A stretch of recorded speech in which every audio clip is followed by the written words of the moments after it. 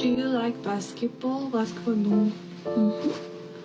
I like, but I'm not good at. Yes, I'm not. Me too.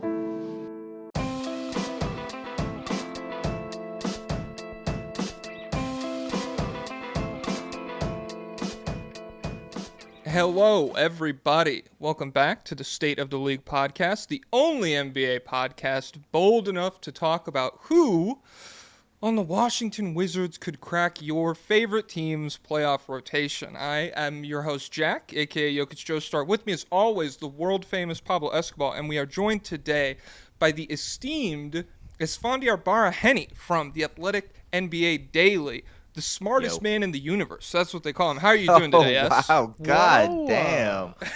You giving me the Lex Luthor title? That's freaking It's crazy. literally you. It's just we're lucky you're not evil. Yeah. Damn. I'm actually kind of while you were doing the intro, I was locked into the posters behind you. You got some cool shit behind you, dude. I know. I mean, it's mostly my girlfriend is like she works at the library, and you would not. There's so many just like paper products rolling through that place. So like if there's ever something cool, she brings it home and she's like, we want this on the wall. And sometimes I'm like, hell yeah. And sometimes I'm like, thanks for bringing it. But probably so you're the determiner. That's nice. That's good. You're the deciding. I've got great taste. What can I say? We just did an interior design episode. We watched MTV Cribs from 2002 with Sick. Jason Kidd, Jerry Stackhouse, and Damon Stoudemire. And we were like, I like this, I don't like this kind of Who stuff. had the best crib? Who do you think, Pablo? It was between Damon Stoudemire and Jerry Stackhouse. Jerry Stackhouse had like a very like gaudy big mansion. It was kind of weird though.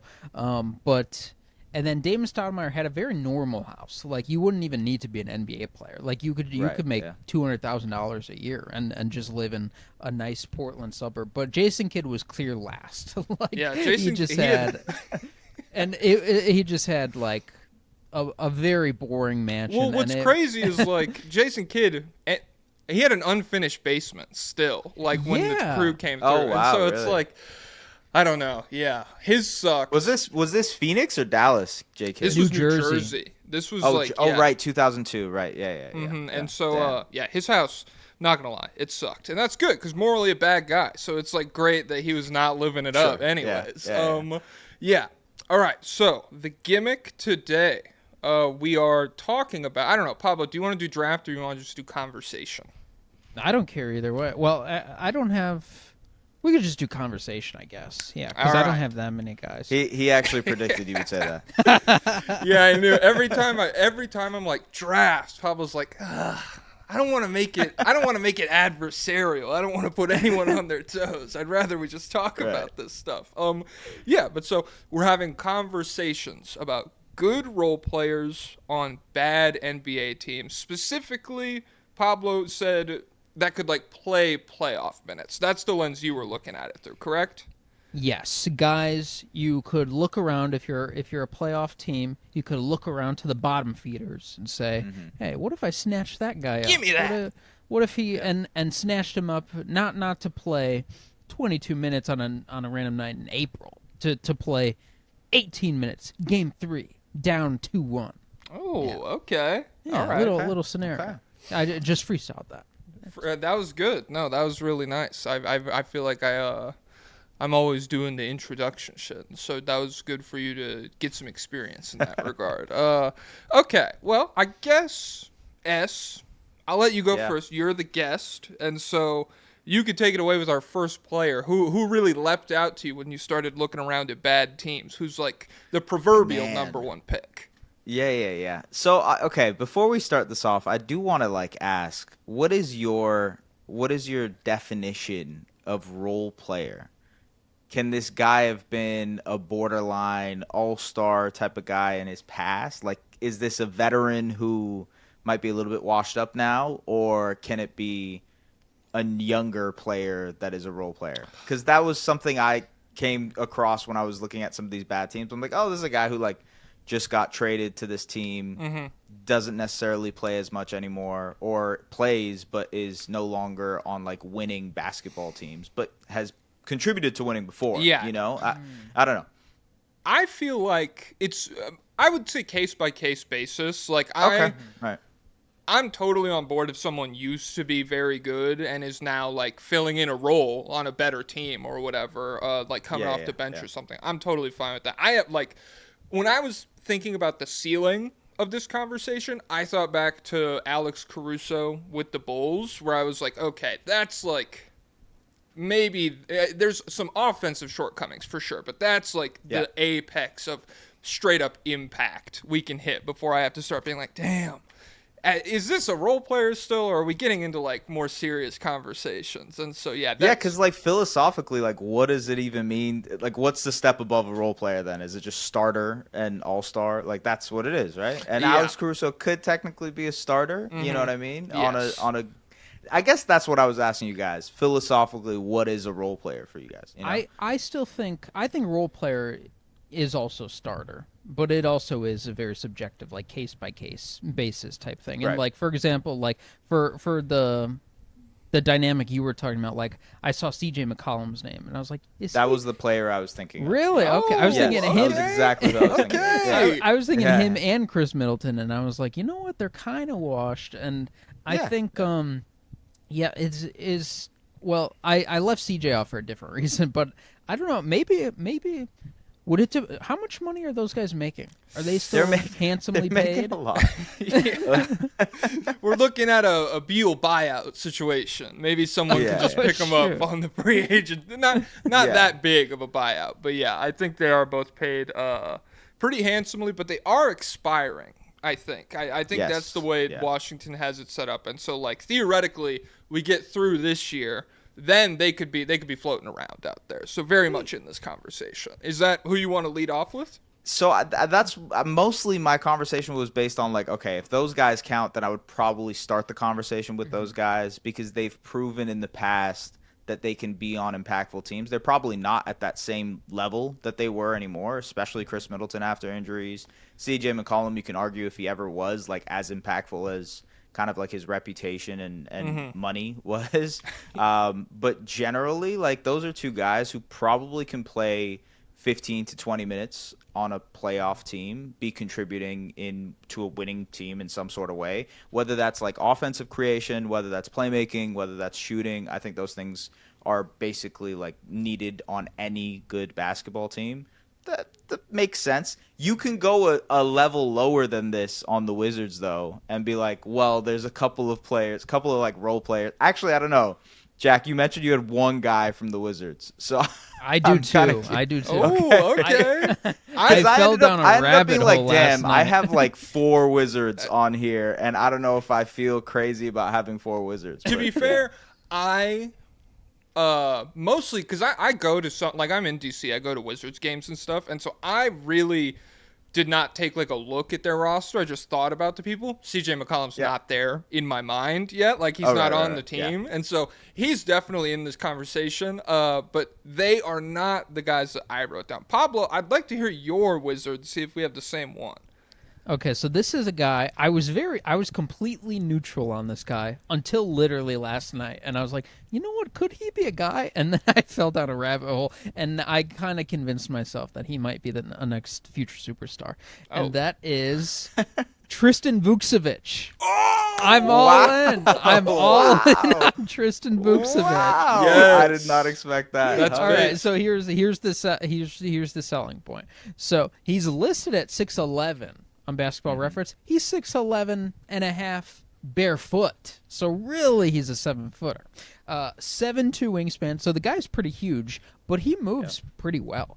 And he shot 37% from 3 last year on 3 attempts a game. Not crazy, but he was at 42% on 5 attempts in the G League. So he's a pretty legit stretch big, and he has like a track record in Europe going back where he's a capable shooter. He's a high free throw percentage guy, like high 70s in the NBA. He's been in the high 80s in Europe, so that's not an obstacle. He has a 4.0 block rate, which I was like, oh, okay, this guy's making some plays at the rim. He shot 77% at the rim, which is 92nd percentile on cleaning the glass. And then, and I mean, if we look at maybe some of the other bigs in Washington's rotation, not an automatic given that those guys shoot really well at the rim. It's not like it's just situationally they're spoon feeding in baskets. I don't know if he was like, I don't know if him and Jordan Poole were James Harden Zubats if they were BFFs and their chemistry took them to new heights. But yeah, and so I was thinking about him. And then I looked him up on YouTube to like watch some highlights, because obviously I've seen him play, but not really. So like I haven't locked in on him, so I don't actually know how good he is defensively fully. Because I for me to judge someone defensively, I have to focus only on them. Like when I just watch a 5v5 game, I'm like, okay, I've lost track. Yeah. But I looked him up, and he is playing for Serbia right now, and he's playing like next to Jokic, and he's playing like in a pretty scalable role. Like he's just cutting and shooting and stuff. And I also found a video from a couple years ago from this European scout who's like, is he the next great 7-foot Serbian? And that got my hype up too, because it's like guy who could shoot, attack closeouts, play make off the closeouts, and so I was thinking about him like, compared to some guys on other playoff teams, I was like, okay, he's got to be better than Quentin Post, right? Like Quentin Post is a guy getting minutes for the Warriors. This guy's like the same Quentin size, Post shade. Fuck that guy, I guess. Well, guess I pull up Quentin Post's stats to my surprise. What do you think Quentin Post shoots at the rim? Hey, wasn't he the best shooter last year in his class? No, Quentin Post from 3. I thought that's what that was, because I know Jamison Battle was second best. That's what so he might have been, but I'll tell you what, his 3-point percentage, no, if it's very high, I think it was like 42 or 43 or something. It's not far off from his rim percentage. He shot 44% at the rim. He sucks in the paint. That is pretty rough. And his defensive stats are worse. And I think he's a worse rebounder than Vukovich. So I was like, the Warriors could use him right now. And then I was also thinking about Jay Huff, who just went to the Pacers. And to be fair, I don't know if did he play in the OKC series with Memphis? I think very sparingly. I think by the end, like he had the little run, but once I don't think he played that much. Yeah, like it was like he went down over the course of the season for sure. So maybe that proves that this is not a playoff archetype player. I don't know, but also. I was looking at Santi Aldama's stats, and then, compared the sophomore years of both guys, they're pretty similar. Is Tristan Vukovich the next Santi Aldama with more rim protection? And then the last piece, for any good propaganda that you need, you search the guy's name on Twitter, and then you find some freak who's only been watching film. And he's got some of these. I've seen him around. They watch 14 hours of film. Oh, yeah, with like the great Wizards debate I saw when people were saying Sarr and Koulibaly are trash. There were a tub. Vukovich the only good one. I was like, but so I searched Vukovich's name. I found some guy. The only players with 13% plus assist rate, 4% block rate, 0.42 3-point attempt rate, I think. Yeah. Wemby. Vukovich. Oh my That's God! It. Wow, that's awesome. Case closed. What a poll for the start of the pod. I love this. I'm all in. And when I'm watching his Serbian highlights, I also like through Twitter. There's a guy tweeting about the Serbian national team, and it like if you go in order of the tweets, it's like Vukovich has been invited to Serbia camp. It'll be an uphill battle for him to make it. Vukovich dominated in his 10 minutes in the closed-door scrimmage with Serbia today. Vukovich got a little more uptick. And then the latest game where he dropped like 10 points in 10 minutes or whatever, it's like Vukovich has solidified himself on Serbia's roster. And I'm like, okay, he's playing himself. Jokic asked for him personally. That's what I'm thinking. And just watching him play next to Jokic, which is probably unfair because Jokic is like the most scalable guy ever. But me watching Devon Reed next to Jokic, this guy's literally the future. This guy is like a building block, baby. I'm thinking like, hey, what if this guy was at the 4 last year instead of MPJ? What if he had the chance to knock down those threes, make those cuts, and he's probably better protecting the rim in help side situations. So yes. Tristan Vukovich. That's a beautiful pull.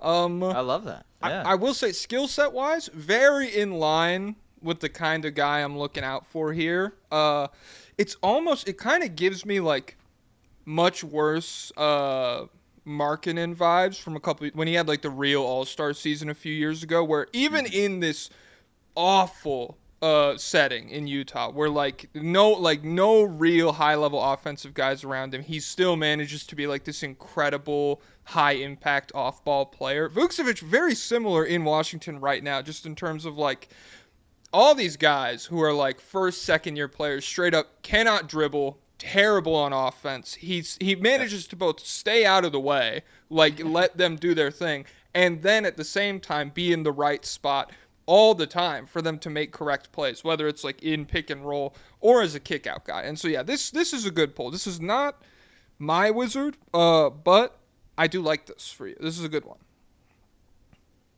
I honestly am just like enamored by the fact that was the first name that you pulled out. This is like incredible work by you. We're starting with Tristan Vukovich. Like hell yeah, I'm so down. Yeah, why not?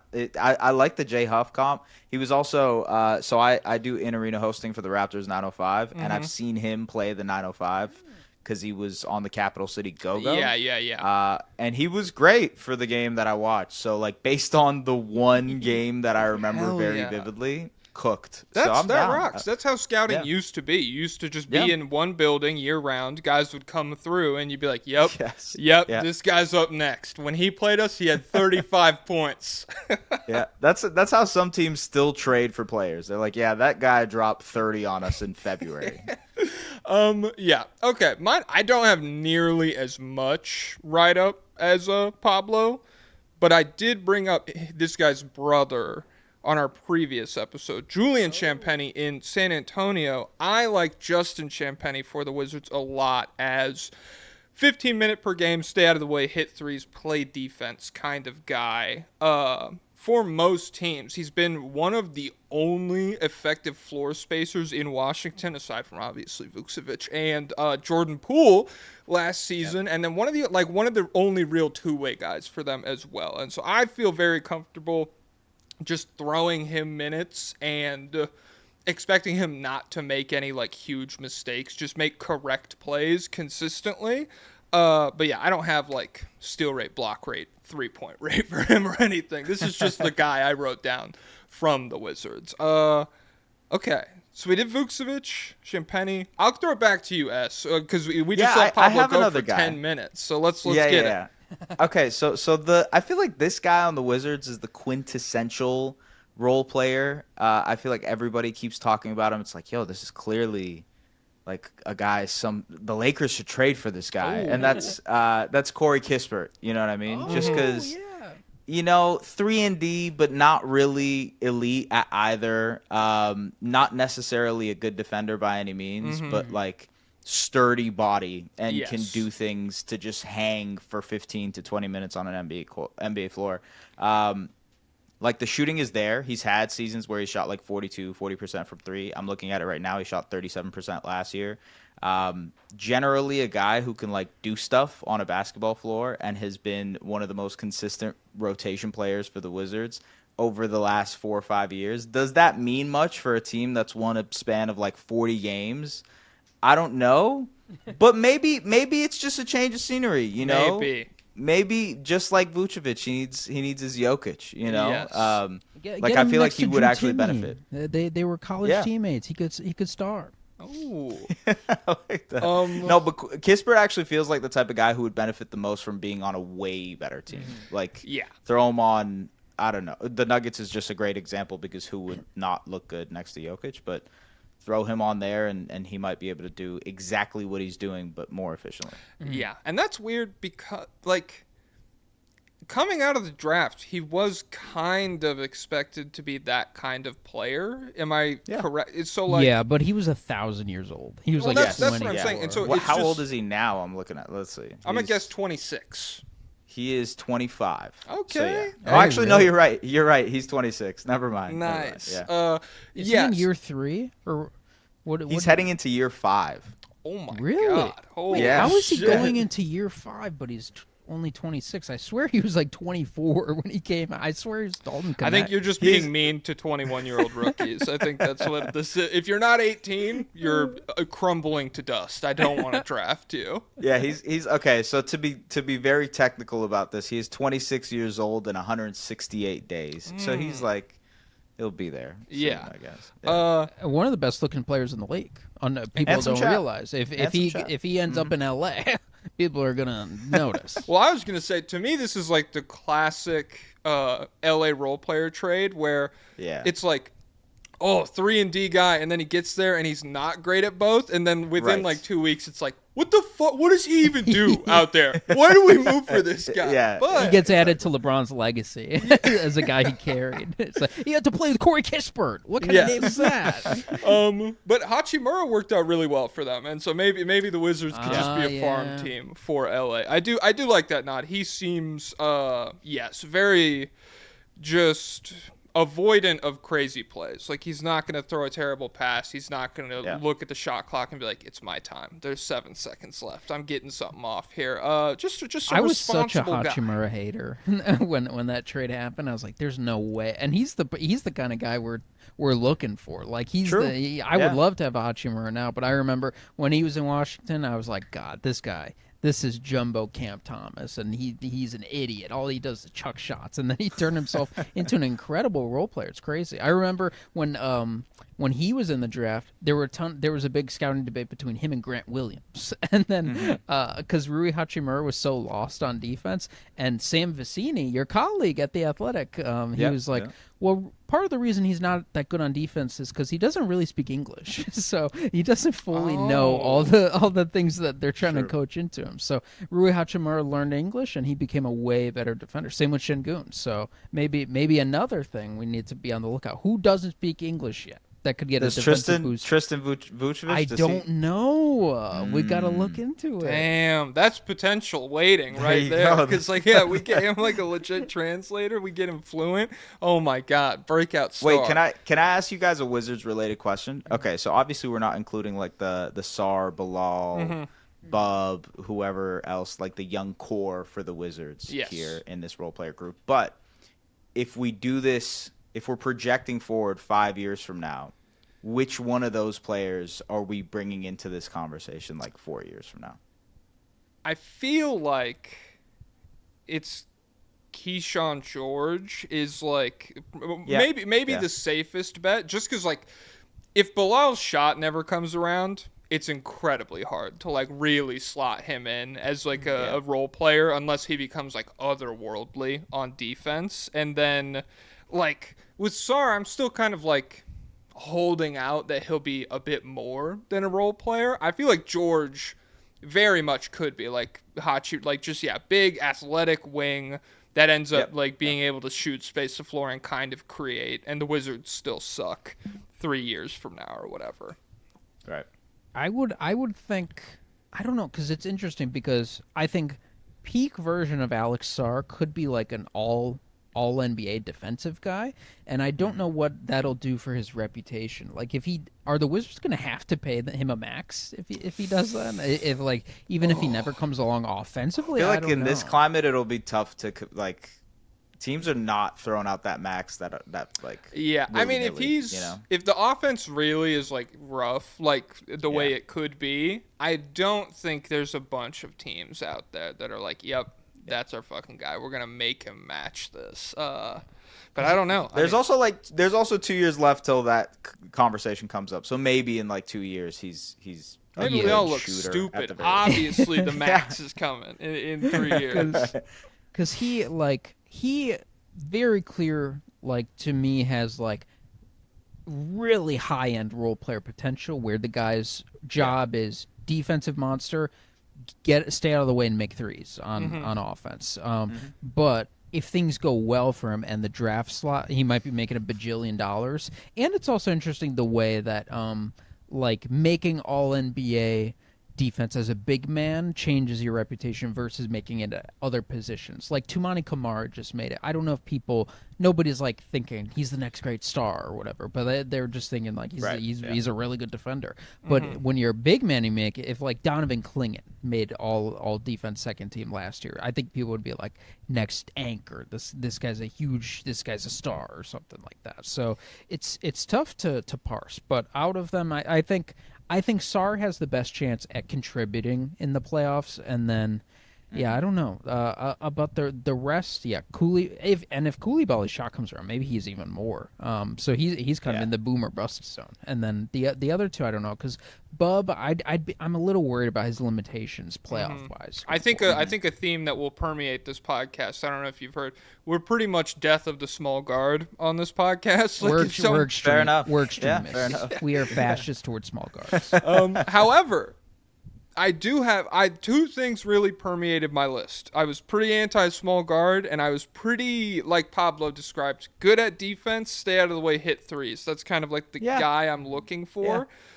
This guy kind of doesn't do any of those, but I like him enough on offense where I am willing to like roll him out and see what's up.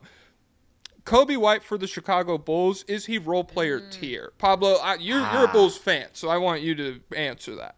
Yes, and so it's kind of funny. Okay. Yes, our last podcast we were doing with D. Lee 4-3. I don't know if you know him. He's a Hawks guy, but he was talking about Trey Murphy, and he was talking about the limitations that he sees in Trey Murphy. And while he was describing it, I was like, oh, so he kind of sees him as just jumbo Kobe White, like Kobe White with big time physical tools. And I've been thinking like, is that a useful player? It is interesting because there's a lot of stuff about Kobe. I think he is offensively like the best version of a role-playing guard. And so like even like compared to someone like Austin Reeves I think has way more on ball. Like he's better on ball than Kobe is and like gets more responsibility. Kobe like the spot up 3-point shooting ability is nasty, and he has like real range out deep with it, and so that's dynamic. And then he's super duper fast, and he's gotten way better at attacking closeouts and just moving without the ball. And his playmaking has grown in those specific situations too. And I when I watch Kobe White, I feel like he's really good, but he is not that good defensively. And this Bulls team doesn't play, and he has never played a meaningful game in his career. So hey, that play-in versus the Raptors, man, that was special. Was he? He was on the team. I don't know if he played much, to be honest with you. Did he have a big game? Oh, are you talking about the one with DeRozan's daughter? DR DeRozan. Yeah, I was gonna say. The DR DeRozan game. Yes, goes down classic. In history, baby. Yeah, Levine goes off in the third and fourth quarter, and it was awesome. But, did he have a big? I feel like Kobe might have had a big game in one of this year's play-in games. I'm not totally sure. I believe that. But he's had a couple of really big games. It sucks. It's probably not that hard. I just never like go out and find it.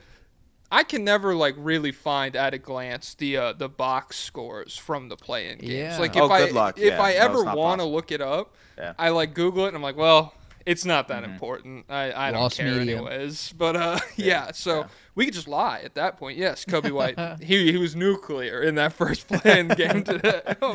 Let's talk it out. So like, what situation? Who would need a Kobe White? Like, let's throw out Orlando, for example. Orlando could use someone like Kobe White. That would be huge for them. Is the trade-off worth it? I think so. Yeah. I think for them it is. Like, I think they're at the point where they should sacrifice some defensive acumen to like get a guard that can pop in the pick and roll. And Kobe is that. Like, especially over the last couple of years, he's been pretty good at operating in the pick and roll, and that just alleviates so much pressure from Paolo. And I mean, that was part of the reason they went out and traded Desmond Bane, because he's a guy who's gotten better in pick and roll situations. But that just alleviates so much pressure from Paolo and Franz to like be the guy handling the ball, just put them in better spots offensively. So to me, it's like they're one of those teams that should go out and try to find their Kobe White version. Like, that probably makes sense. I don't know if Kobe White specifically is the dude for them now, though. That's with the Bane edition, it definitely feels redundant. But prior to that, he would have been big, and even off the like, it would still be Wait, crazy do they for have them. Ty Jerome or no? Where did Ty Jerome end up? Memphis. Ty Jerome went to Memphis. Yeah. Oh, okay. Yeah. Yeah. So yeah, like even if you still had him with Bane, I feel like just the ability to have one of those guys out there for like 45, 48 minutes or whatever, and just constantly have like legitimate floor spacing threat and can actually dribble the basketball.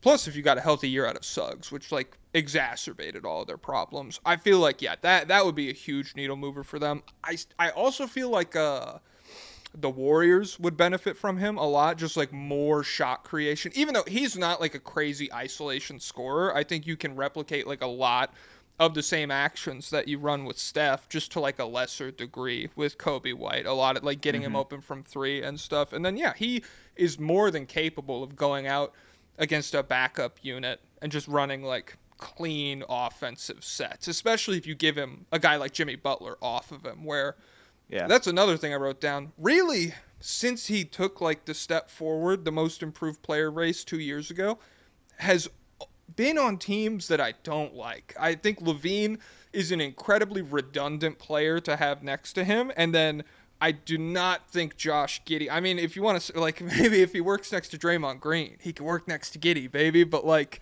I really don't like the fit or the attention that he was getting on either team. It didn't feel like the Bulls, especially this past season, were really making it a point to like see what he can do on offense. I also am curious because Pablo, I know you're a Bulls guy, but like, do you think Kobe White is long for Chicago? Like, is he going to stay there long term? Because I know they have to extend him. I don't think so. All the news has been that he's probably on the way out, and I think there's something weird with his contract that like makes something difficult to pay him, right? Basically, like, they can't extend him now because they can only offer him 140% of the cap, and they have to wait until he's an unrestricted free agent to offer him the full like $35+ million deal that they want to do. And like, do you want to pay that for Kobe White? No, I don't know. I do not. And the problem with the Bulls, man, is just like the salaries are all out of whack. And so Patrick Williams is making $18 million a year. When he signed that, it was okay. It was okay. I know, yeah. But last year, I'm so sorry, man. Now he's like, I think, and somehow he's drawn the most ire, I think, out of anyone on the team. So like, Bulls fans would pay $18 million if you started GoFundMe. We'd pay $18 million to get him off the team. Giddey is fighting for $30 million a year. I wouldn't want to pay him 10, but they seem to be settling close to 20, and so and then like somehow when I go to the Bulls subreddit, I just get so mad, and they're talking about, well, we can't pay Kobe more than Giddey because it's Giddey's offense or whatever. We need to get Kobe out of the way, and it's like, that is not how Josh Giddey's game works. It's tough because Kobe is like, I think, probably the clear-cut best player on the team, but absolutely like, I probably don't want to go over 20. And then if you are paying this guy $20 million and he's the best player on your team, like, it's kind of useless. Like, you're not going anywhere. So I think a change of scenery would be cool. Yeah. And Scale him down, get him out of there. Yeah, I'd hope he could play, but I don't know. Is there like a little bit of hope that Kobe, if he's in a different team, can like make that all-star jump? So I'm thinking like another team you guys mentioned that might be good for him. I thought like Minnesota, like next to Ant, that would be awesome. They need a guard. Not necessarily the highest on Rob Dillingham. Maybe he pops. Who knows? I don't know. But generally, like, that would be a really dynamic backcourt with him and Ant Edwards. They have the defensive infrastructure to kind of help him out too, which I think is big for Kobe. I don't know. I'm not sure. I kind of look at Kobe's career and I'm like, man, this is a guy who can really score the basketball, has improved as a playmaker, is not good defensively, but like maybe there's enough there for him to survive on a good team that has 6'5", I guess. Yeah, he's big, I guess. Yeah, that helps. Like, maybe there's something there. I like late stage career jump all-star players I think of just because I cover the Raptors. Like, I think of Kyle Lowry. Nice. But Kyle was actually like a very good defender at his position, which is the big difference here. And he had Bunda. And he had the bunda. Yeah, Kobe has a little bit. Kobe has a little bit of the hair. The hair makes everything. It throws like all of the perspective. That out is of true. whack. That is true. Yeah, but I don't know. I thought maybe I'm holding out too much hope that Kobe can make that all-star leap later in his career. There are guys who do that. It feels like if he's on a different team, that might actually happen. I think it's tough just because, like, I also think the league is a lot better now, and so like it's so hard to like there are guys I could see him having several seasons, maybe like Norm Powell or something, where it's like, this guy is like we all know he's all-star level. He's playing like all this, but like then you look around, especially if he goes to the West, because I also think maybe the Rockets, if Reed Shepherd doesn't work out or whatever, that could be an interesting fit as well. But then you look around the West and it's like, oh, there is not a single backcourt slot open for like the next 8 years if everybody's healthy. Yeah. And so, I think I grade him as just like very solid, good, like high level role player is probably soon, like high level starter, not all-star level guy though. And I would like to see him in a different situation, just somewhere where that can make a little bit more sense for him, and where he gets a little bit more respect, I guess. Norm Powell's a great comparison, though, because they play a pretty similar role, right? Mm-hmm. And so Norm Powell had like a god-tier year last year for the Clippers, but he didn't make the All-Star team. But it was the West. He would have made it in the East. Does I was he going to make say, it if in Norm the has that year again in Miami, does he... Probably, who because was on the Miami's got like a All-Star strong team? voting base too. They got a lot of fans. True. I'm pretty sure. Yeah. Okay. Who went before Kobe? What? Does anyone remember? I'm sure the listeners are. Guys, stop complaining. It's called a conversation. S, I'll throw it back to you. Who do you want to pick up next? Okay. I mean, for the Bulls side of things, I did have Ayo Dosunmu in here.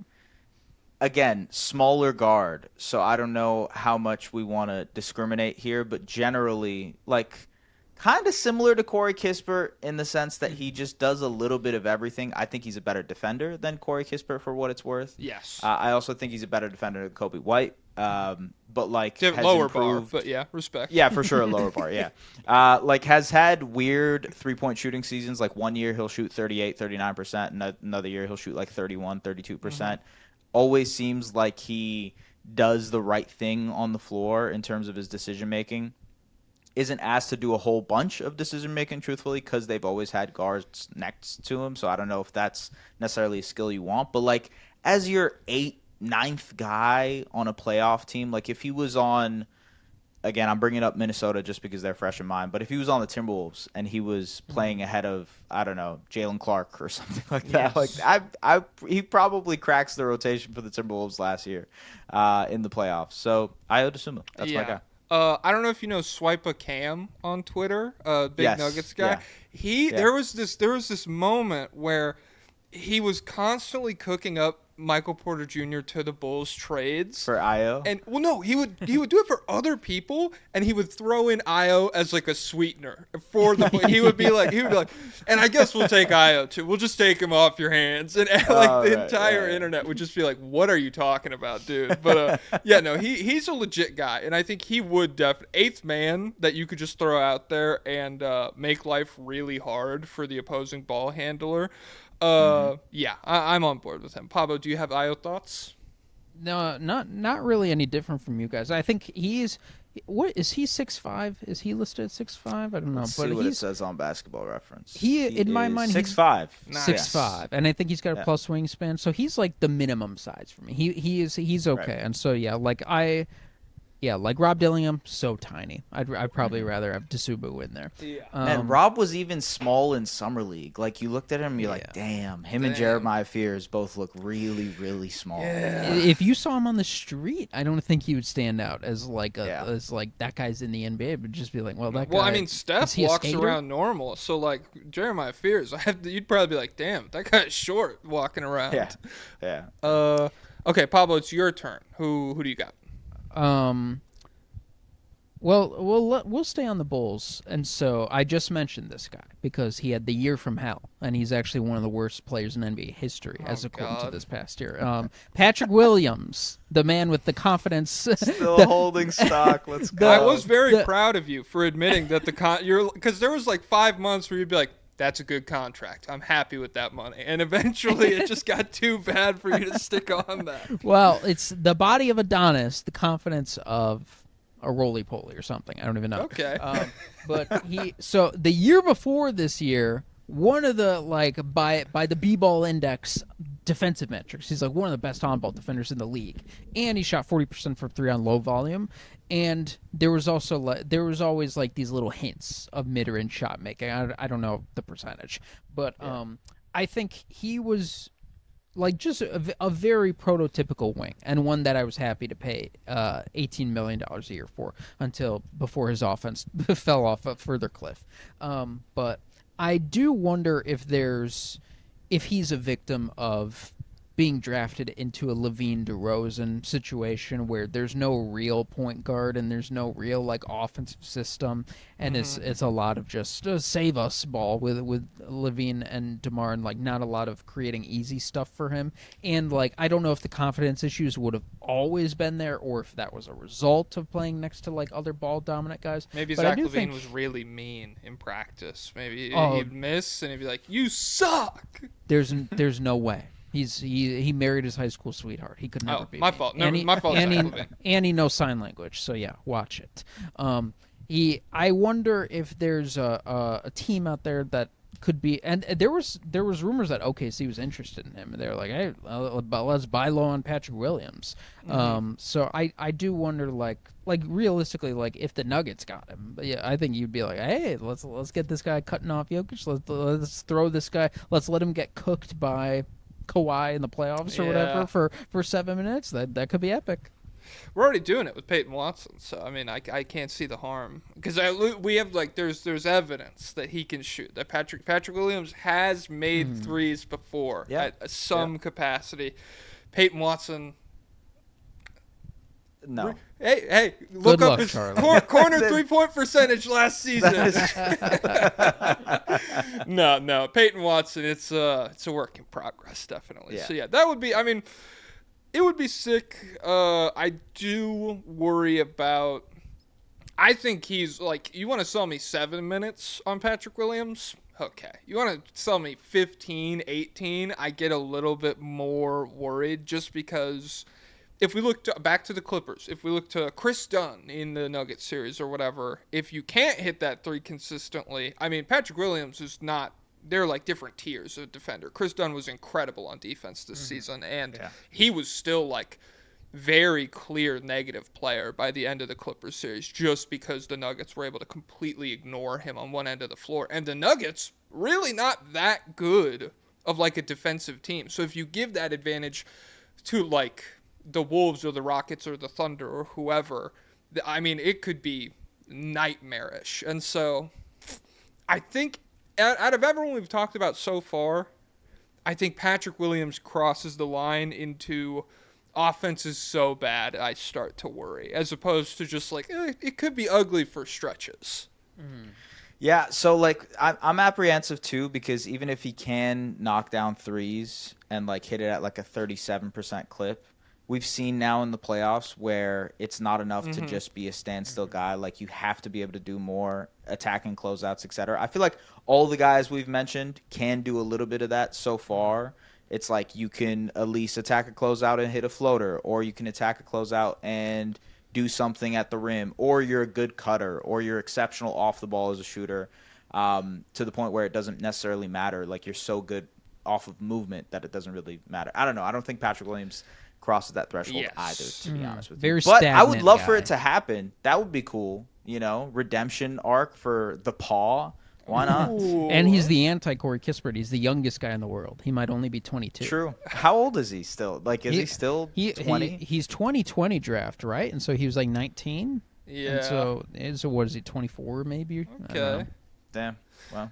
Yeah. Well, speaking of guys who withered away in the presence of a DeRozan, Levine speared offense. I'd like to move us out to the West a little bit and talk about one Keon Ellis of the Sacramento Kings. This is the guy. This is really the guy. I have mine in tiers. I haven't been like going by the tiers or anything, but tier 1 was like no-brainer guys, and he is in this for me. Of the guys who played 1,000 minutes last season and had both a steal and a block rate above 3%, it was Keon Ellis and Tari Eason, and that's it. That's the cutoff. And so, really, of like the small guys, he's 6'5", 6'4". Yep. He feels 6'8" wingspan too. He's OKC sized. Yes, yes. He is a very, very impactful defender. Before the arrival of Levine, was consistently the best and sometimes only three-point shooter on the floor for the Sacramento Kings. It's crazy how, like,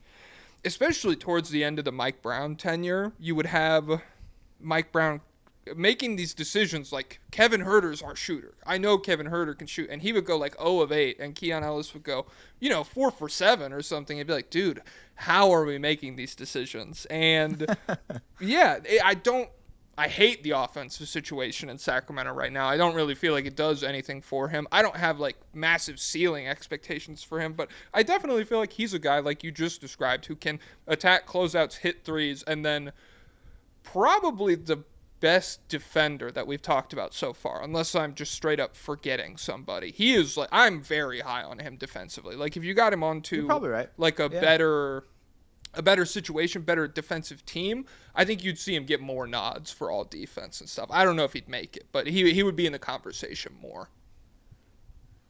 I think that's a sick pick. Like he is, again, one of those guys who's like quintessential role player. Also, last year when the Kings were going through their like, why are the Kings as bad as they are? I was looking through some of the on-off numbers, and he was constantly winning their minutes. He was in every lineup that was positive.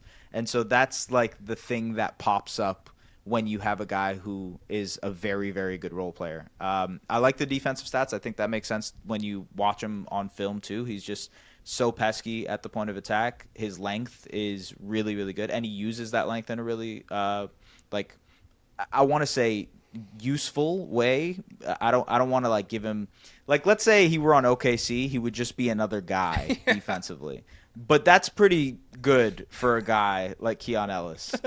Such a hilarious perspective. It's like if we took him to the city of gold, all of his silver wouldn't be worth that much money. Exactly. Exactly. He would be nothing there. Yeah. But yeah, I mean, I think that's still useful for other teams, and like even on OKC, he probably would have cracked their rotation, which is a lot to say for a guy on the side. Yeah, I mean, if you look at like their approach, and then you look at like Dagnall, it felt like gunpoint sometimes when he was throwing Isaiah Joe out there, knowing Joe couldn't really defend. I feel like there's a clear spot for Ellis to be in that rotation, and they're the best rotation in the league. So yeah, I guess that's a testament to like how good he really is. Yeah, Pablo. Yeah, 40% 3-point shooter.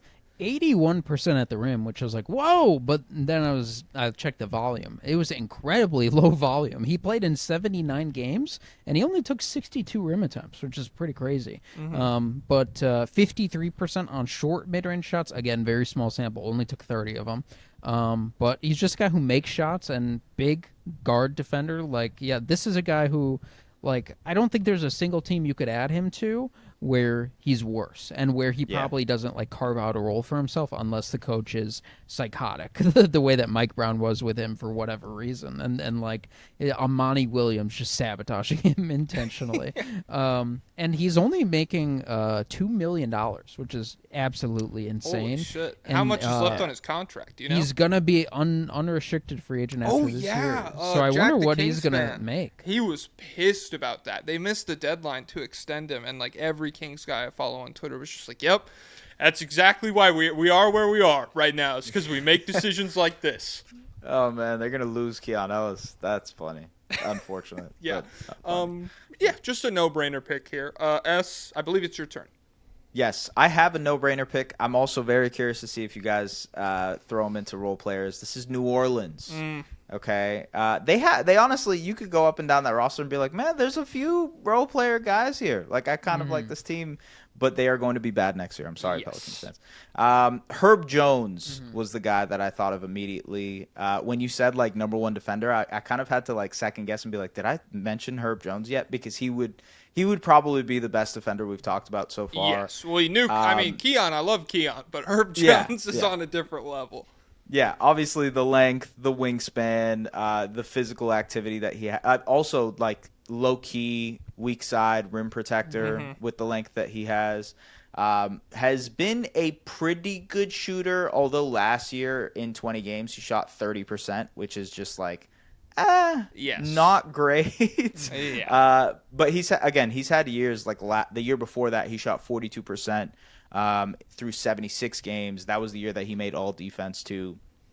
And if you get that version of him, you have like one of the best role players in the league and probably a guy who's a starter, like plays 25, 30 minutes a night for you. Probably reaching like Alex Caruso levels of impact on a playoff team. It just depends, like schematically, can he fit onto your team and what he wants to do offensively? Because again, you need to be able to do a little bit more than just shoot the ball. I think he does enough as a transition player, as a guy who can like run and just be a demon on that end. So yeah, Herb Jones. I feel like that's a pretty easy pick. Yeah, he was my like 1-1. Well, he was the first guy I wrote down here because he's also very like.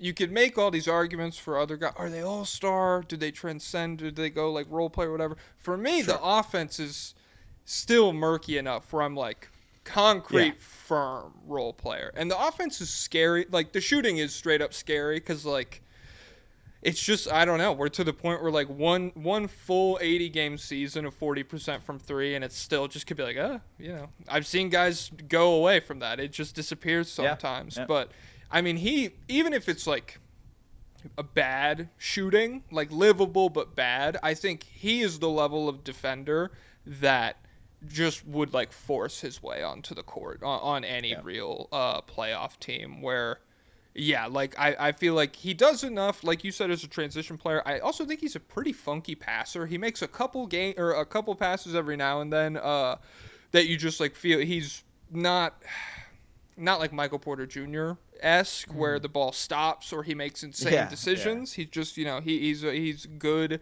at making the right read. But yeah, like full on separate tier of player when the 3-point shot is falling. That's a guy that like Derek White or Alex Caruso amongst like best role player in the league level guy. Yeah, he's great. The only issue is the location. Like we just need to free him from New Orleans before his joints explode or whatever happens down there. Like if I'm looking at the playoff teams, it's weird. A lot of playoff teams are like good defensively, but they struggle offensively. But like if he ended up on the Lakers, like that changes their life and stuff like that. And he also is currently on an incredible contract. Is it like $11 or like $15 million a year? It or is something? crazy. He got an extension, right? Yeah, he did get an extension. So I think he's still on the smaller number, and then it jumps up to like 22 or something, which maybe power scales it down a little bit, but still, he's a guy like if the Pelicans they tell everyone, hey, we're open for trading, like they're gonna get a call from 30 teams probably, and then Joe Dumars is going to make the worst choice out of all of them to accept. Yeah.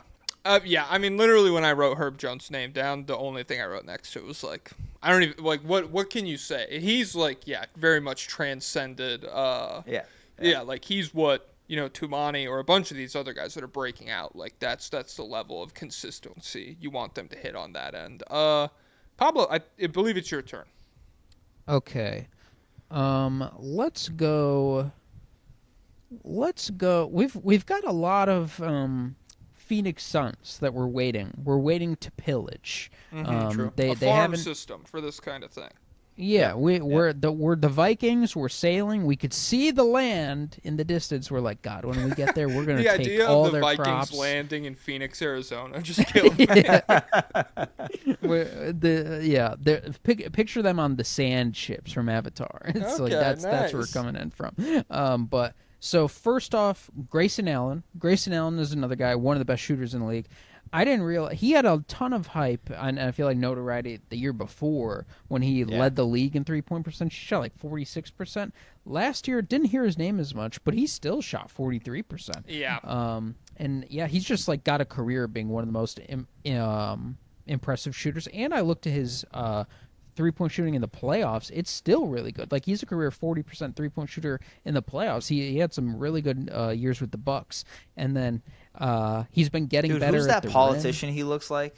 Ted Cruz. Ted Cruz, yeah. Ted Cruz. Yes, and thank you. who Sorry, I didn't mean to also interrupt. might also be the Zodiac killer. So he also looks like the sketch of that. So add some trade value there. 66% and 67% at the rim the past 2 years, and and he's graying, so he's getting gray hair, so a veteran presence in the locker room. So no longer do we have temper tantrum dangerous Grayson Allen. We get wise vet Grayson Allen. Wise so and whimsical. Yes. yeah, if we were ever able to free him from Phoenix, if they ever figure out if they ever figure out they need to blow. Well, honestly, I don't even know. They've kind of trapped themselves, so I don't even know blowing them up. They have like 30 shooting guards. You know? Yeah, so he's definitely one of them that I think could be useful on a different team. Yeah. Do you have any Suns, S? I have one here as well. Yeah. No, go. You go. I have Mention your son. Dylan Brooks. That's who I was gonna. Same son. Yeah. Okay. Yeah. Different One of mother? the only guys I wrote down the whole list, but I split it up amongst my notes. There was only, I think, 11 guys who shot 40% on at least 5 catch and shoot threes per game last season, and Dylan Brooks was one of them. And He shot 40%. 40% on catch and shoot. I think he okay. was honestly like 39.8 on all threes for the season. Like it was a really impressive 3-point shooting season from a guy who in my mind is still incredibly streaky. Like I don't trust him at all. But if he's hitting them like that, clear, straight up no-brainer tier for me, where like he's an incredibly impactful defender and can kind of attack closeouts. He is very much in the tier of like he puts the ball on the ground. I think something crazy might happen. Like it's the way I've described other guys is like, you know, he makes the right read. He's like a conservative player. This is a radical leftist dribbling the basketball, baby. I do not know what the hell's happening. It's like a Marcus Smart genre. Yes, exactly. But we've seen him contribute to good teams. I really like what he brought to the Rockets last season. Obviously, you move him for a guy like Kevin Durant, but I think both in terms of like veteran presence in a really young locker room as a guy who had been in a lot of big games before and as the only consistent floor spacer on the Rockets last season, I think he was the only guy who shot above 35% and took more than 3 3-point attempts per game last season for Houston. Yeah, he was incredibly important to them, and that's not a great offensive situation. Like, I think his life could definitely be easier on different teams. It's kind of sad the way his career has gone, where, like, as soon as a team gets good, they move off. Get his ass out of here. Yeah, you know, it's like starts after you. Damn, It's basically become the quintessential starts after you dude after the Draymond quote, which just sucks. But yeah, I was looking up the catch and shoot number thing that you said. So more than 5 attempts, right? Yeah. Okay, so he was 8th, but another guy on here who played for the Suns was 6th. Royce O'Neal. I was gonna. Okay, cool. Yes. I'll throw out Royce O'Neal here too. He's a little bit older. He's 32, so like kind of over the hill in terms of role player thing. When a role player hits 30, I thought he was like 34 now because like I just completely lose track of that. So hey, 32, I'm up. Yeah, I don't even know what his contract situation is, but he seems like in February we're talking about a buyout situation, and the Lakers are going to get him, and you know he's obviously going to start for them because it's Royce O'Neal and he shot 40%. Like that's the type of conversations he'll probably end up being on, but has to be in the role player conversation since we're talking about Phoenix. Yeah, you know? He with the Suns, it's crazy. Like one of the most common thoughts I've had about Phoenix over the past couple years is like, damn. Think where they would be if they didn't get Royce O'Neal, because like I don't remember. I think he was thrown in the Kevin Durant deal. I think he came with him from Brooklyn, and immediately was like an incredibly high level role player. And so every time they would have like a shit run where the star, like whatever, Health or Yusuf Nurkic not playing well, on top of that, I'd be like, yo, Royce O'Neal's playing crazy right now. If he wasn't here, shit could get really disgusting. And so, yeah, I like all three of those guys for Phoenix. I don't think any of them will get moved just because, well, O'Neal might. The buyout thing is interesting. But, yeah, I feel like they're just going to stubbornly, we're never tanking until we get our picks back kind of thing. Is Devin Booker not allowed to be traded next year because he signed the extension? I think so. It might be too late. Like it might be like February 10th or something, whatever. That I feel like as soon as he's able to, he's going to jump ship. Or I hope he jumps ship, and that'll be difficult to move that contract. Well, actually not difficult, but it just involved a lot of pieces. And so I think these guys probably only get freed from the Phoenix prison when he's finally out of there. The guy I'm worried about, Malawach, is there for life. He's stuck 10 shooting guards, one great roll man. What will happen? All right, Pablo, you go next. Who you got next? Okay, let's go over to Portland. How about some Matisse Thybulle?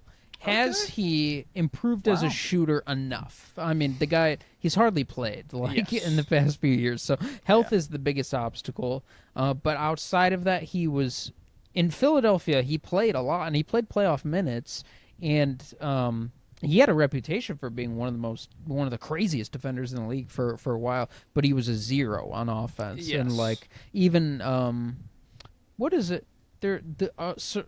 So Ben Simmons, the famous like Atlanta Hawks moment, there was something with Matisse Thybulle. Did he miss is he not the guy? He was the guy he passed to. He passed Trae Young dunk. Oh, yes. That's what it was. What it was. Yeah. And so it was it's fun. It's funny because his limitations kind of got overshadowed by Ben Simmons. But I think he's an incredible defensive player when healthy, and incredibly unique player where he can like guard guys from behind and still make plays and stuff like that. And I feel like it's been years since he's been healthy, and I feel like with a creative coach, like that kind of skill set might be able to be deployed in like an even more meaningful way these days. I don't know. But if he's, I don't know if it'll be on Portland or if someone else would be interested, but I still feel like he might have a chance at playing some interesting playoff basketball. I don't hate it. I mean, like, they have so many players of this, like, archetype. I don't know. It feels like where it's like, like, pretty good defender, can do a lot of things, but also where is the offense coming from? And I think that's the question with Tease for his entire career. It's like, how can he stay on the floor offensively? He is such a unique defender, to your point, where nowadays, especially with teams playing more zone, you could theorize like, okay, he could be like the low man in a zone for some situations, and like they'll survive, And I'm curious to see if a team becomes creative and tries to do something like that. Maybe it's Portland. Like maybe Portland just decides next year, hey, he's going to be a part of our rotation, and because he's such a unique defender, like he'll actually win his minutes with this group of like intriguing defensive-minded players too. I don't know. I'm kind of high on Portland, but I don't know how you guys feel about like where they might be in the West next year. That's my like bullish hot take. But, Pablo, what do you think about the Blazers? Well, I was just about to ask you, because you're probably way smarter about the X's and O stuff than us. What's your read on Chauncey Billups as a defensive coach? Are they good because of him or just because of personnel? Or I don't. Yeah, it's always hard to like attribute coaching to any, like, truthfully, it's such a black box unless like you're in the room with them and you're figuring out who's drawing up what. They do definitely have like a good coaching staff when it comes to the defensive stuff that they do, and I think as they started to play 8 and less, and that's honestly part of the reason. Take there. they started to play 8 and less, and Jeremy Grant less, and they were like leaning into the young guys more. Those young guys actually popped defensively, and that was more the reason for them being good than like any sort of schematic change. But it's hard to pinpoint like, hey, is Chauncey Billups a good coach or a bad coach? I think Portland people would probably tell you that they would have wanted a coaching change at this point. Yeah. And I think that's fair to say, but I also think that's partially because of the offensive creation. Like, this team does not have a lot of motion in their offense. That's partially because of their personnel. Like, Shaedon Sharpe, Anthony Simons before him, like, those guys are mostly like, hey, we're going to try to create off of the bounce. We're not trying to move the ball too much. That's where Chauncey falls short. But I think, like, the defense schematically, it was modern. You know, that's the best I could say for it. Otherwise, it's just the young guys doing the things that they are already good at. You know, it's hard to attribute too much to coaching. I don't know how you guys feel about this, but I'm impossible. I remember very specifically. I went on the Stay Hot podcast last year before the NBA season started, and Theo Ash, who's like one of the most film heavy guys I've ever talked to. He watches every NFL snap of every single team. He was like, what do NBA coaches even do? And I was like, it's a lot of fair question, man. Like, it's a fair question. Outside of the mic'd up stuff you get from like in the middle of the games, I don't know. It's very mysterious. You could tell that they like manage personalities or whatever. But as far as like the schematic shit goes, I am certainly not smart enough to give a legitimate read on it. I think like a very, very bad coach can ruin your NBA team, but most NBA coaches, like, you get to this level, you're passable at the very least. Yeah, you know, it sticks out in like. Oh, sorry, you go, Pablo.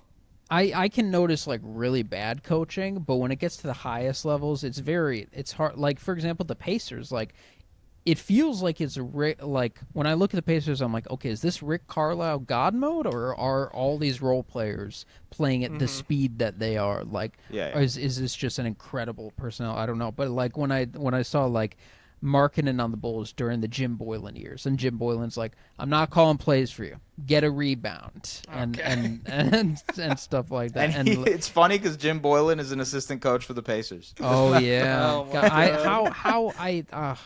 I know, that's why it's so hard. Like, the vibes are high for the Pacers, everything is going great, and you're like, Jim Boylan is smiling in the background. Yeah. What?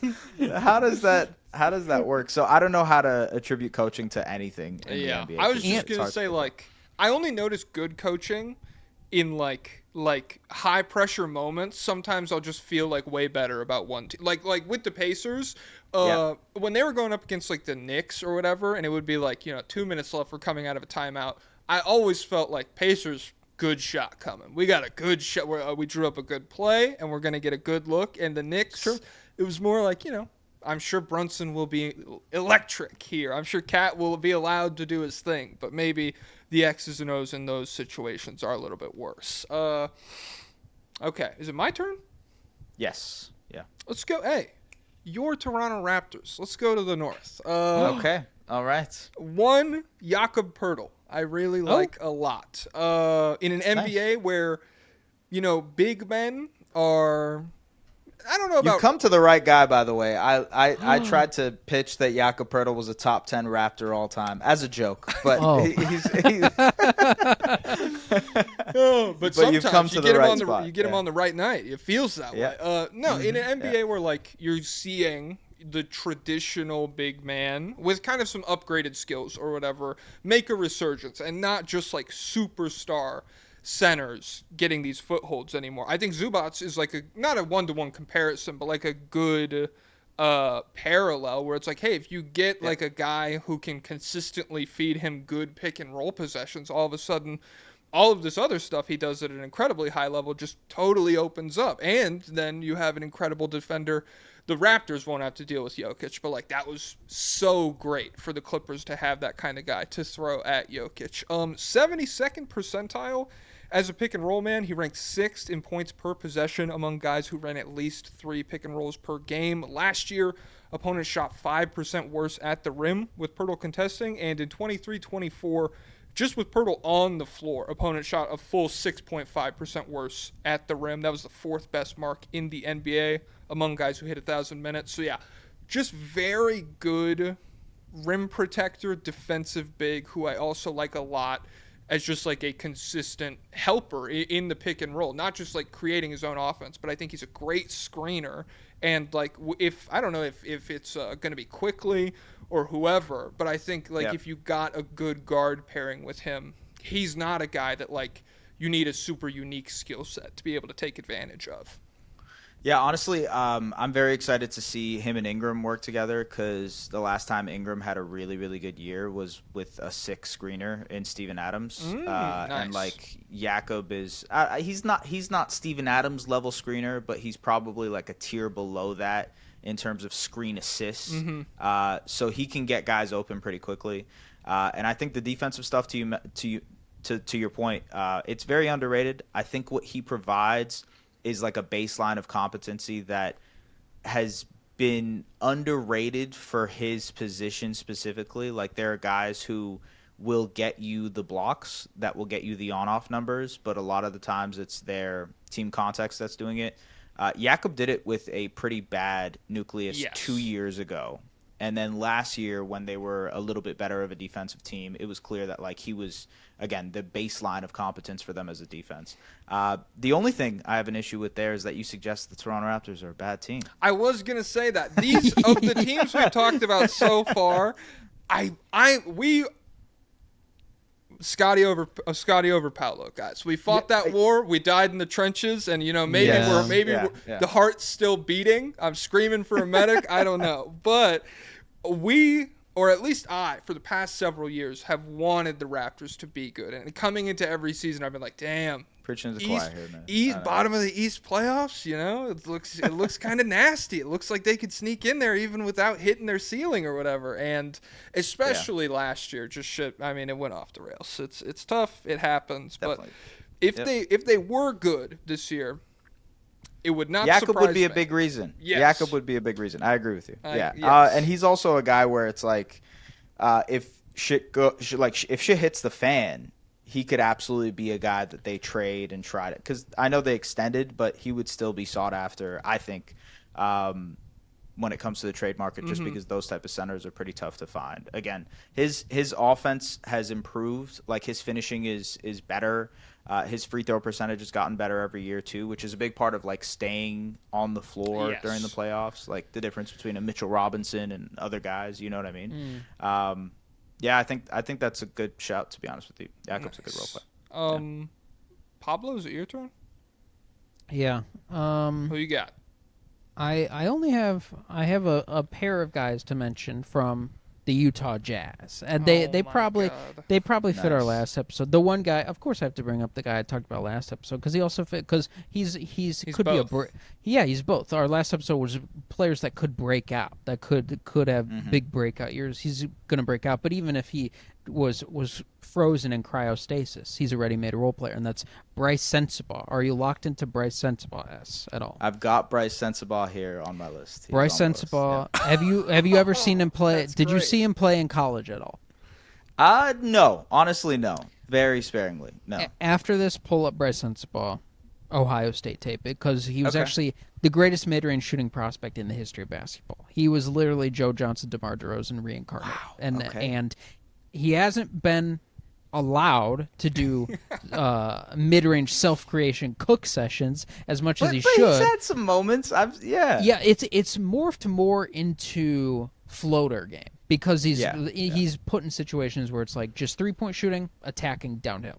But if he were just to be able to cook, I'm telling you, he's life-changing. But even without the crazy self-creation mid-range, one of the best shooters in the NBA.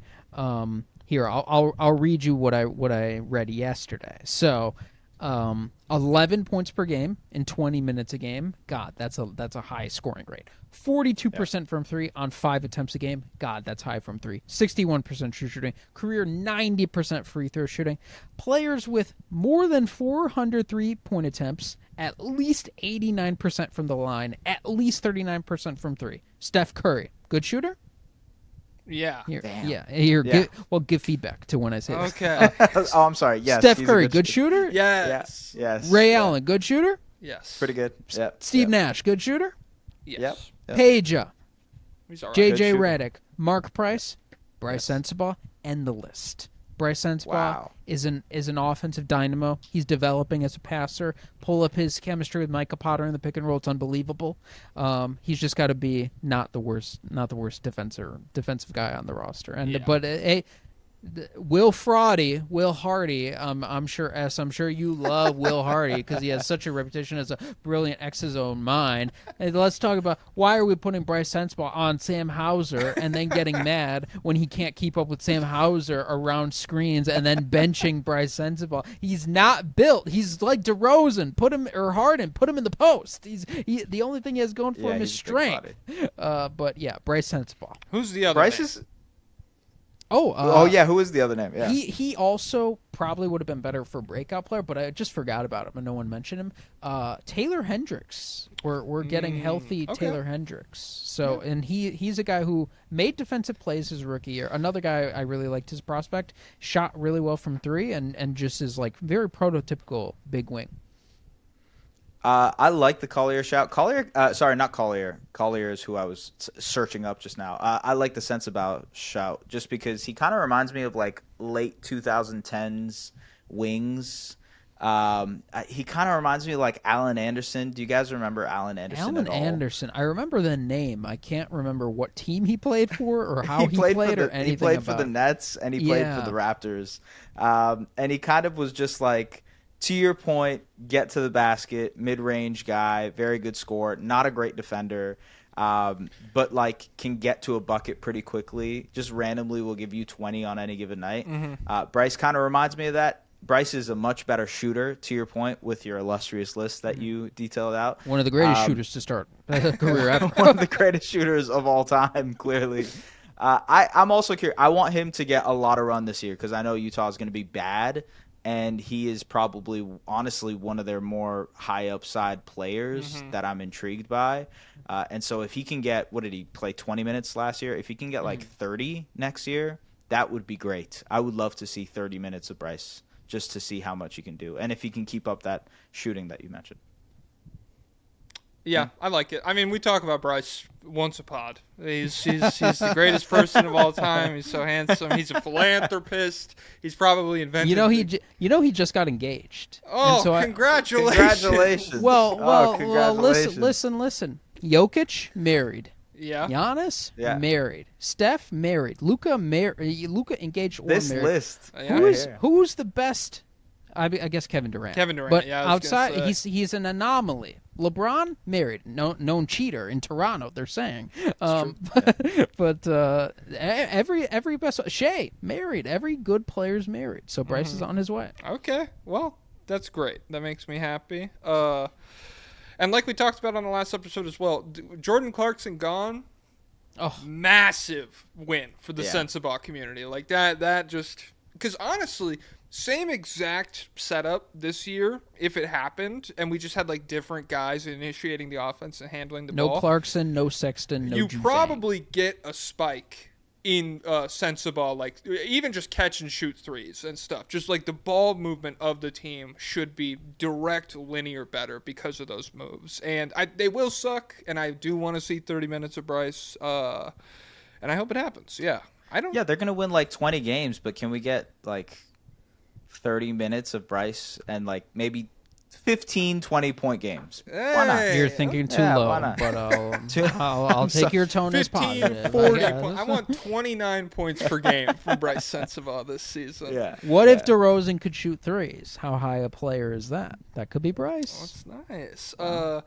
The next guy, I don't have that many more names. We did Herb, we did Keon. Wait, I have a guy. Can I Let's throw a guy see, here? let's Okay, because this is related to Utah. He used to play for the Utah Jazz, now plays for the Toronto Raptors.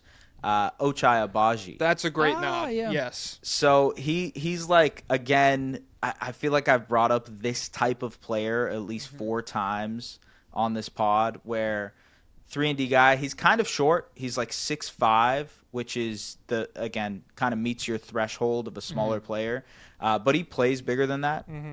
He's got a little bit of girth to him. 6'10" wingspan, according to 6'10" Chiseled. wingspan also. Yes. Yeah, chiseled dude. Yes, absolutely. If we're giving crazy Kispert traps. the handsome bump, I mean, Ochai absolutely yes. is in that category. Yes, I agree. Look, he shot 40% from 3 last year, and he did it on like pretty decent volume, 4 attempts. He was part of the Raptors' most like impressive defensive lineups towards the end of the year too. He's also up for extension, so I don't know if the Raptors are going to end up paying him. I'm very curious to see if they do that. And if they don't pay him, then he's a guy who probably ends up getting traded. So that opens the door for him to play somewhere else, get more opportunity, maybe actually be on a really good playoff team. And I feel like other teams would be really interested in a guy like Ochai. So Yes. yeah, I like that nod. He was. Ochai. How did you feel about? Because he is like the silver lining to me to the Olynyk trade. It's like the Olynyk trade was weird, Sure. but Agbaji once we're past all of it, that's like a very good player that I'm happy to have on the team. When the Olynyk trade happened, were you like, what's going on, or did you see the vision a little bit? It was basically like they could have either had the 29th pick, which ended up being Isaiah Collier. Okay. Either that or Ochai Agbaji. And I guess it's just your opinion on Collier and like what he can be. I don't know. There are so many guards on Utah that need opportunity, and it still is that way. Like, how is Walter Clayton going to play on this team with Keontae George and Collier there? Like, I don't know. I'm very curious to see what they'll do with their guard rotation, because like those guys all need the ball in their hands, Like, and not in a. They're like the Raptors. Raptors are going for 6'8" long guys, and the Yeah, Jazz. We want a 6'5" gunner. We want a 6'3". He just lets it fly.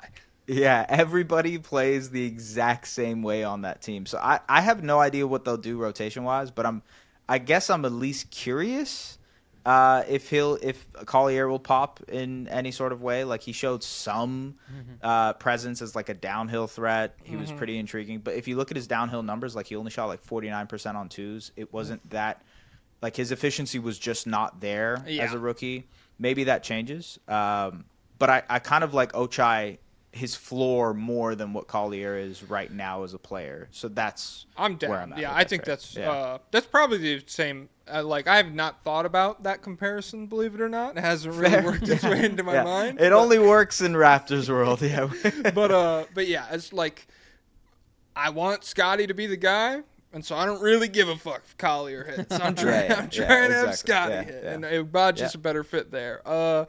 Yeah, we're in Raptors world. We're also debating Filipowski or Mobo, because that was also the other. And Filipowski, he did have a nice summer league, man. So that's he did. Yeah, that's tough. Yeah. The conversations that are going down in Raptors. That's It's the tough. Raptors It's version of what's the Hornets one? Jalen Duren versus Mark Williams. Yes. Damn. Yeah. The only guy I have left, I wrote down Keegan Murray. I think Keegan Murray, we don't need to talk about him a ton. Kind of the same case that we've made for a lot of these guys. Just probably, I'm a little, I think his three-point shooting is a little more unstable than maybe an Agbaji or whatever. And is he up for extension soon? It feels like he's a guy. He is extension eligible. Yeah. That if Sacramento.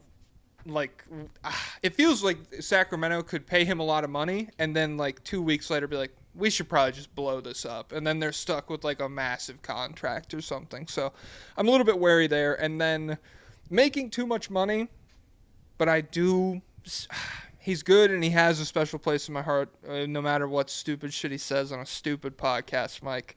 Michael Porter Jr. of the Brooklyn Nets. I do feel like if you get a slight three-point resurgence and just a little bit of uptick in any of his straight-up awful categories, whether it's help side rim protection, he's huge, just be in the right place at the right time, maybe learn how to dribble a little bit, or connective passing. I don't think that one's happening. I think, if you could get those and get a Bradley Beal contract buyout, because it's way too much money right now. I was going to say, he's paid way too handsomely for this. But just player in a vacuum, I think he will be a guy that could play playoff minutes for a better team if the contract and shit got moved around. But yeah, that's really all I got. Does anyone else have any names they want to throw out?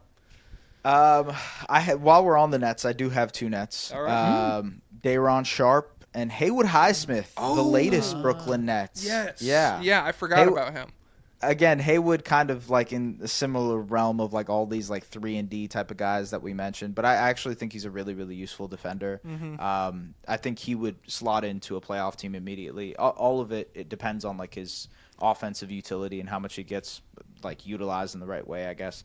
The other thing, Day'Ron Sharpe is just like pound for pound one of the best offensive rebounders I've seen. So I think that's really useful in the NBA today. So Day'Ron Sharpe would be in that category too, of like role player, come off the bench, give me 10 minutes on any given night. Like that's all I need from you. That's just the most like opposing team. Great offensive rebounding backup center might be the most frustrating minute for minute thing you can go up against, where it's like you play a really good like first 5 with the starters and it's like it's a close game and then the bench comes in and he just like lights you up 8 points real quick because nobody can grab a board and it's like, okay, well, that's pretty frustrating. But the Mitchell Robinson phenomenon. Yes. That's what it is. Yeah, he was a guy I didn't like as a prospect because I was like traditional big, I'm out. But then I saw some hype this summer from NBA Twitter where they're like, this guy's actually been really good for the Nets in his minutes this year. And I was looking at his stats. The rebounding is great. He is a good rim protector. His finishing was a little lackluster, which was surprising because he's enormous. So. That is true.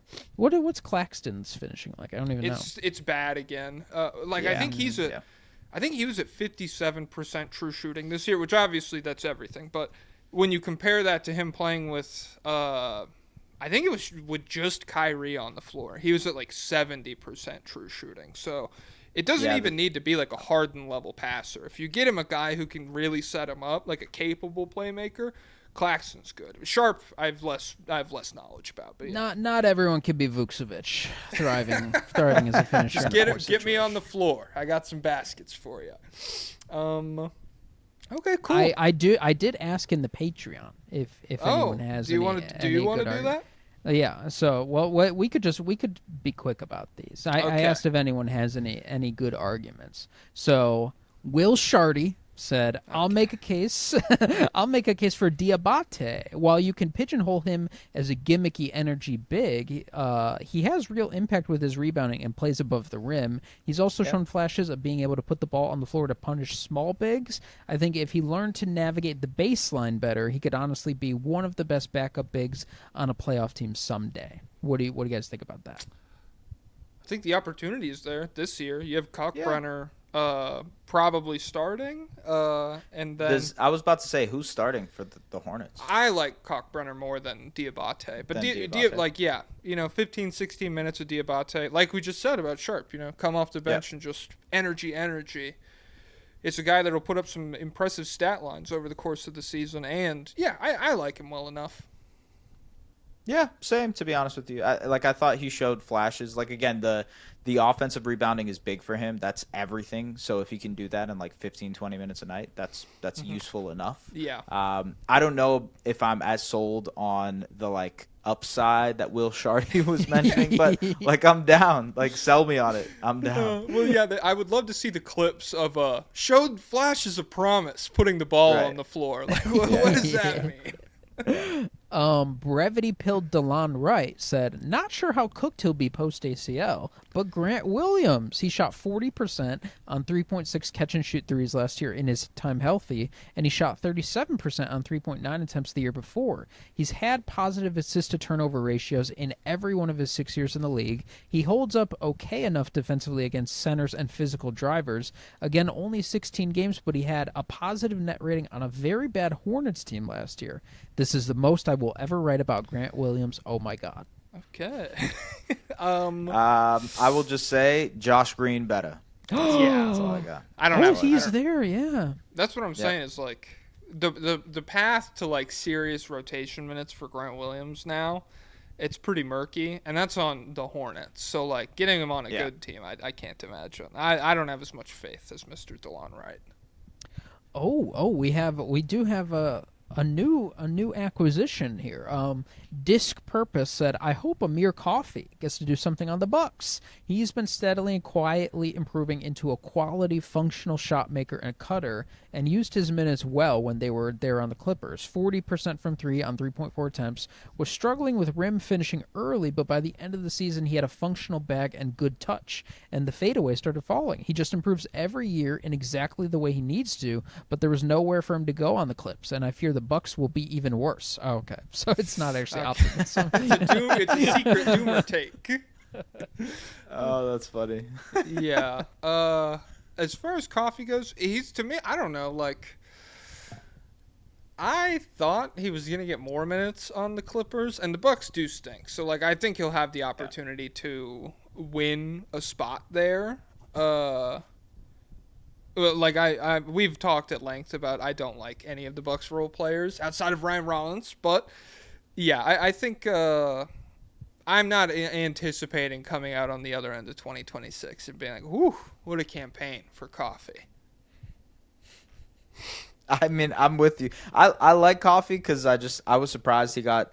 It took him a while to get signed. I thought he would probably get signed a little bit earlier, but he also didn't play at all for the Clippers in that Nuggets playoff series, which was kind of surprising to me, given he was actually a pretty useful rotation player for them throughout the year.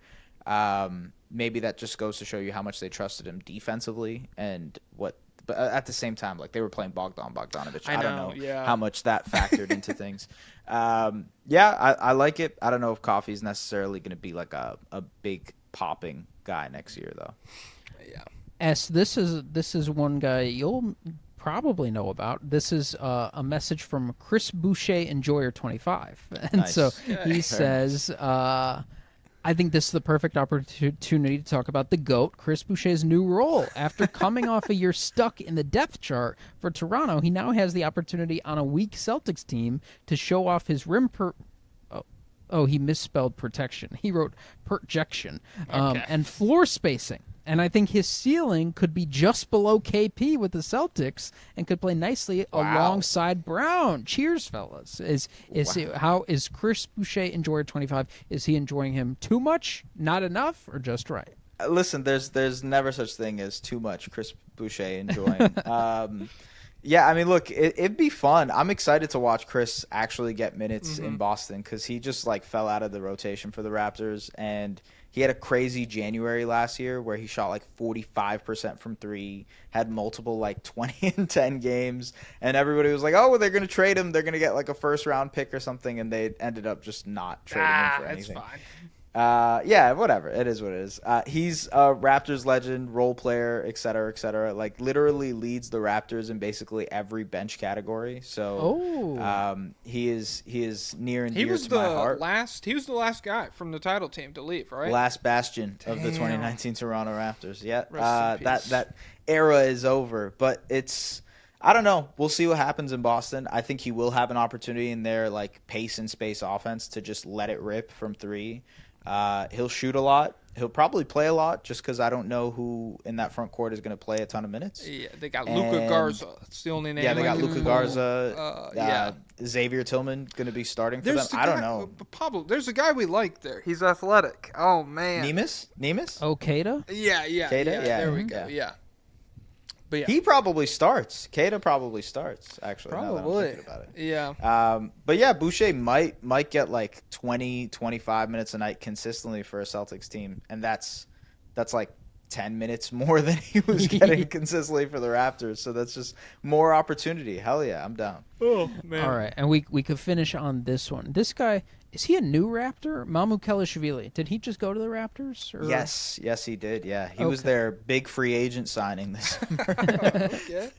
Okay, so Senator Jay McCain, and in the profile picture it's Jared McCain, says Sandro Mamukelashvili was buried on the Spurs for absolutely no reason and could be an intriguing backup 4-5 similar to Santi Aldama or Naz Reid, or sounds like he's talking about a Tristan Vukovich type guy. Yes. His stats per 36 last year in 61 games. Oh, he's hitting us with per 36. Okay. 2010 and 2.5 assists with 2 blocks and 3.3 offensive boards. So all they have to do is give him 36 minutes. Yeah, all they got to do. And then he'll shoot 37% on 8.5 threes a game. Oh, nice. 62% true shooting. Still not convinced? Here are the nerd stats for Pablo.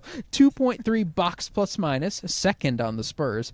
0.7 VORP, 4th on the Spurs, 75th percentile Darko plus minus, and 69th percentile 3-year RAPM. Which, by the way, as I was looking at stats last night, I was like, does Sadiq Bey have anything going on? And the answer is no, except for in 2-year and 3-year RAPM, he's a top 30 offensive player in the league. I don't know how that stat works. It's the 150-point game from 2 years ago. Yeah, It's just exactly. bullshit, Yeah. so. He played that 50-point game and has never played since. Thank God.